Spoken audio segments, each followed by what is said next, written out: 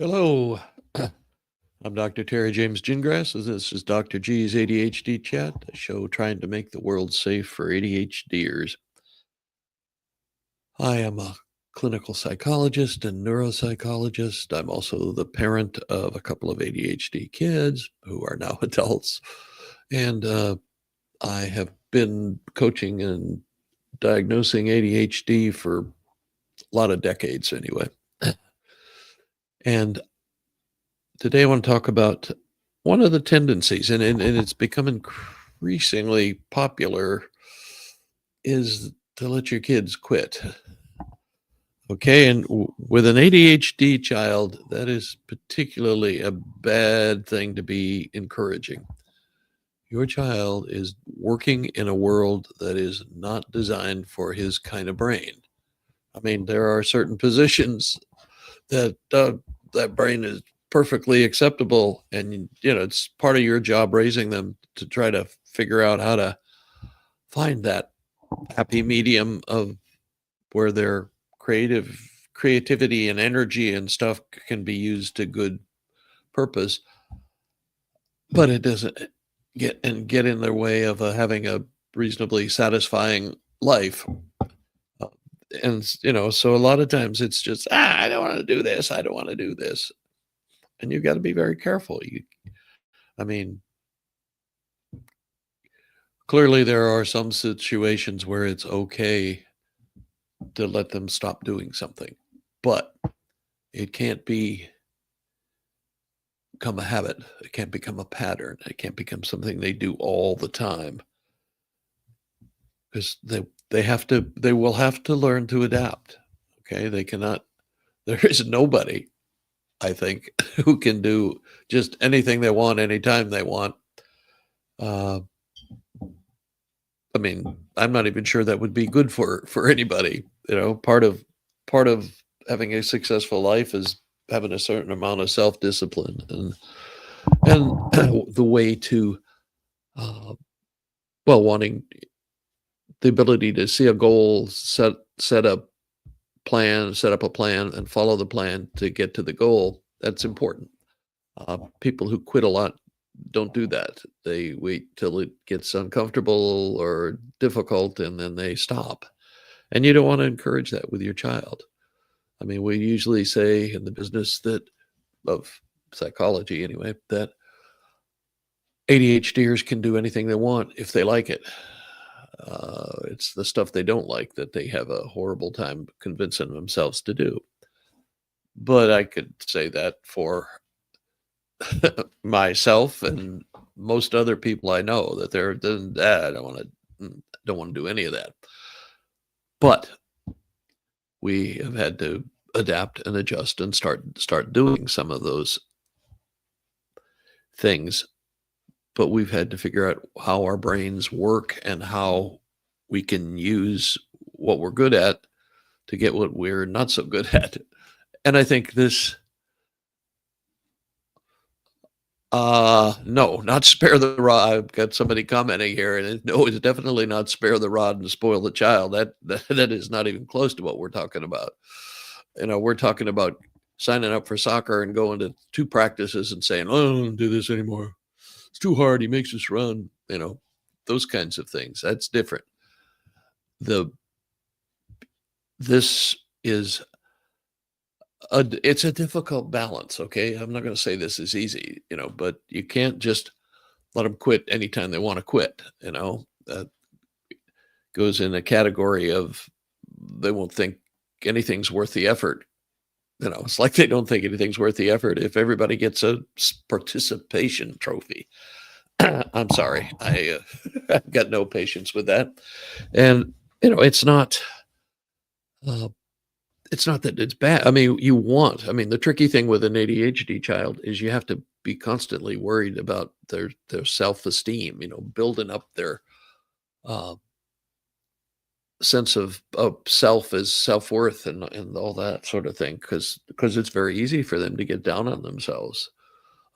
Depression is rampant in ADHD land, and that's one of the things that you have to as a parent, you have to be very careful about encouragement. Find the good stuff that they're doing. Don't find the common, the thing. Don't be always criticizing. I've talked about the thing called the Lasota principle for years and years now, but basically, it's the idea that everybody needs at least a 4-to-1 ratio of positive comments to criticisms. 4-to-1, 5-to-1, somewhere in there. ADHDers probably need more than that because they get way more criticisms and not the illusion of choice, certainly, but uh, they have choices. But once they make a decision, they have to live up to it. Is more the point. Uh, like I said, if they sign up for a soccer team and they go to 3 practices and say, "This is too hard. I'm not do this." Well, I had one of my children like that, and "No, no, we're going to finish that. You're going to do that. You signed up for it. You made a commitment. You made a commitment to the coach. You made a commitment to the team. So you got to keep on to this season. If at the end of the season you don't want to come back, that's fine." Well, one of one of my sons did that. Was, "Oh, it's too much running." Well, then he played. He decided he liked it after all, and he ended up playing 4 years of uh, college soccer at the goalie position, and all 4 years he was a starter on his teams. So now he loves soccer. Now he's as his son, my grandson, became a pretty darn good soccer goalie. Uh, he also became a place kicker, which I didn't expect. But anyway, it's just the idea of they don't want to get in the habit of giving up, of just, "Oh, it's too hard. I can't do it." That, we're talking about resilience, or I talk about resilience a lot because that's what you want. You want a kid who can, you know, have something that didn't work out the way he or she wanted to and recover and say, "Oh, wait a minute. This didn't, I could have done this better. I could have made this do, that you do the problem solving improvement, the kind of thing. And you get better and better. And then that's resilience. And then, that's how you develop a feeling that you can be successful, that you can do stuff. And that's what you're really wanting. Anybody can quit. Okay. But you want to make sure that that's not the main way your child handles difficult situations. I mean, I've seen ADHDers. I had one patient who he had ADHD, he had dyslexia, and he wanted to be a lawyer. So we had to do all kinds of testing so he could get um, accommodations on the LSAT, the legal standardized test that everybody has to take to go to law school. I mean, and I was thinking, if I was going to pick out a position for you, it definitely wouldn't be this. He said, I know, but I really want to. My whole family's been lawyers, and I really want to be a lawyer too. And now he's quite a successful lawyer, and he made it through law school. He made it into law school first of all, and then he is running a successful practice now. So even though that wasn't in his ballpark, you would have looked at that. Oh, yeah, boy. Even though it didn't match his strengths, and it certainly didn't match, it would call out his weaknesses. So he would have to learn to compensate for that. And the same thing with any child, but especially an ADHD child who has such a much rougher time. You've got to give them a ornery attitude, if you will. And from my kids, I know ornery is not a problem, but that it is a productive orneriness that leads them to say, I'm not gonna just give up on this. We're gonna work this out." And and even academically, um, yeah, they will have an easier time with some things than others. In my family, it's art and music. If they can do that, then the world is good. You may not make much money, but the world is good. Anyway, the thing you want with your child is that they know that, okay, I've got an attitude up here in my brain. It's not because of anything that ADHD has made my brain different, but it's because I can still learn how to adapt and adjust. I can still learn some ways of making my brain think it's okay to do this. Because you're gonna have to do that. You want to graduate from high school even. You're gonna have to take some courses you don't really want to take, that you detest, the da da da da da. And you can't just do it. That's not gonna work out very well. So you have to have an attitude that, okay, this is just a problem. I can solve this. I can do this. Um, I can do this. I can figure out a way to think about this thing that'll make me think it's worth doing.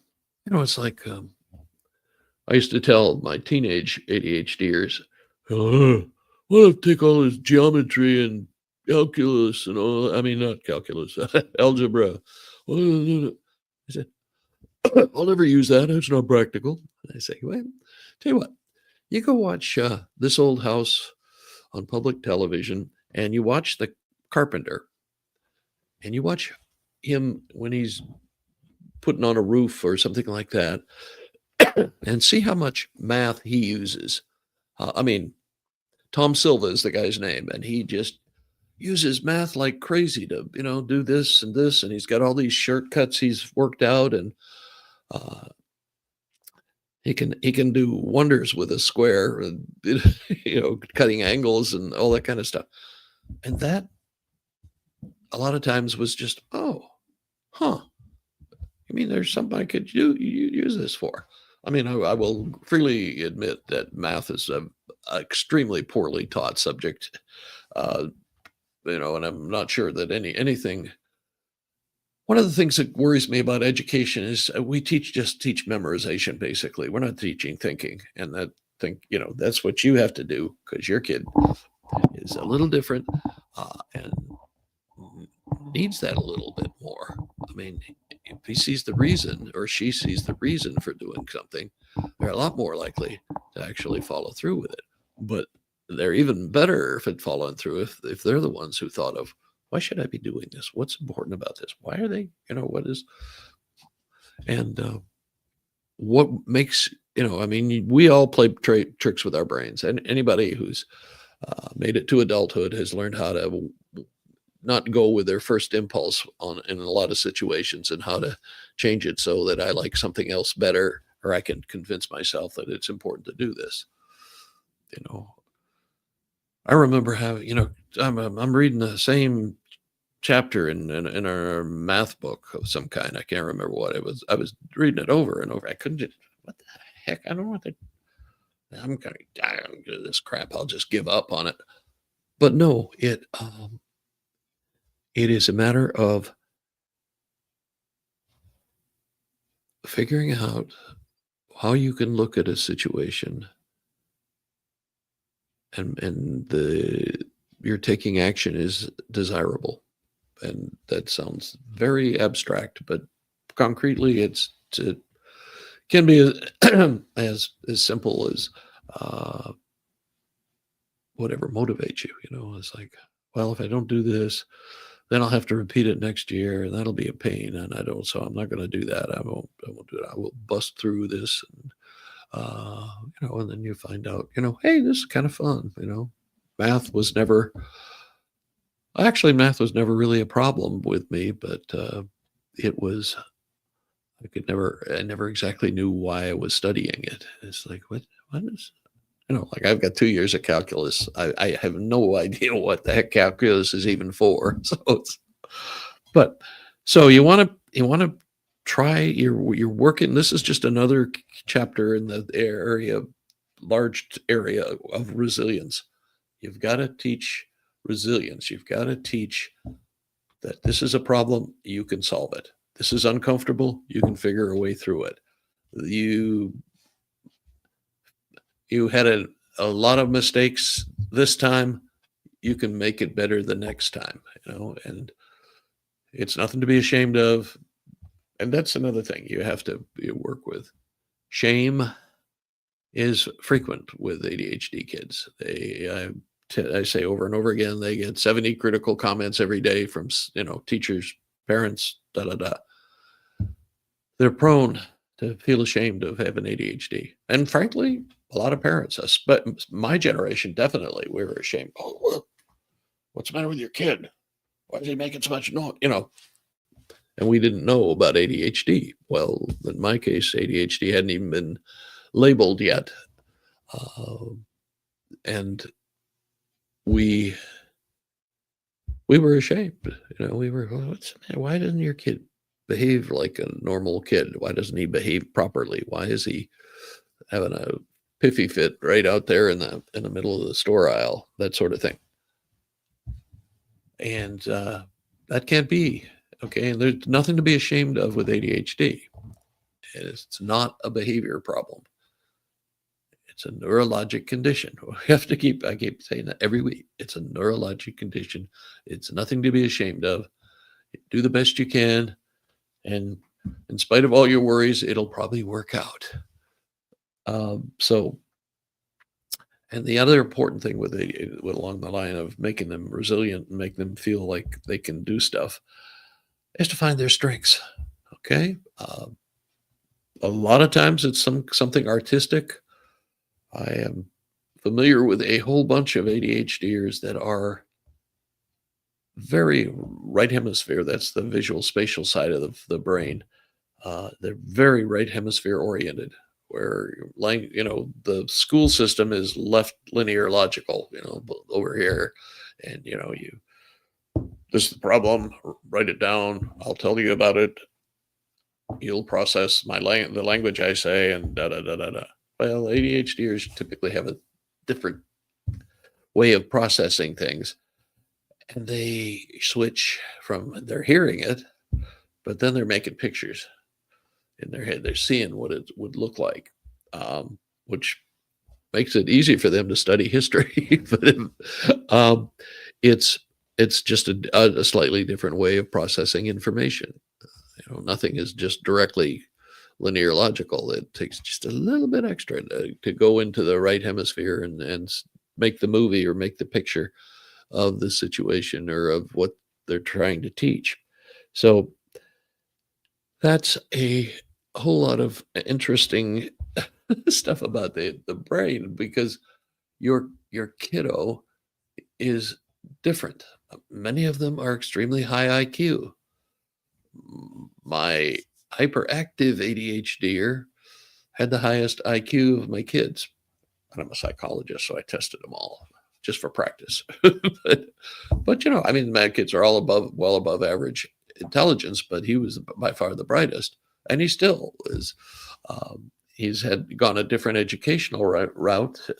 I never would have picked out gemology and becoming a jewelry designer and all that stuff. That not my family. My dad's a golf pro. My grandfather was a farmer. We don't have any artsy people, but he definitely is, and he was, and he is always has been. And so you've got to find their strengths, emphasize those, get them extra help, training, coaching, whatever they need to get that talent, skill enhanced. And that helps with self-image. That also helps with resilience. It's all kind of tied together. You've got to, and you're always, being an ADHD parent is not easy. It's a lot more. Well, there's a lot more decisions and a lot more judgment needed than in just raising a neurotypical kid, and your job is to get them so that they think of themselves as having the potential to be successful in something. It doesn't necessarily have to be, the same thing that dad was successful in, or grandpa, or any of that. It can be, they can chart their own path, but they've got to believe in themselves. And quitters don't believe in themselves. Quitters are looking for the easy way out. They want to be comfortable more than they want to get anything done. And if you want your kiddo to be a performer, a high performer, you've got to have some uh, ability to tolerate the pain and discomfort of becoming successful.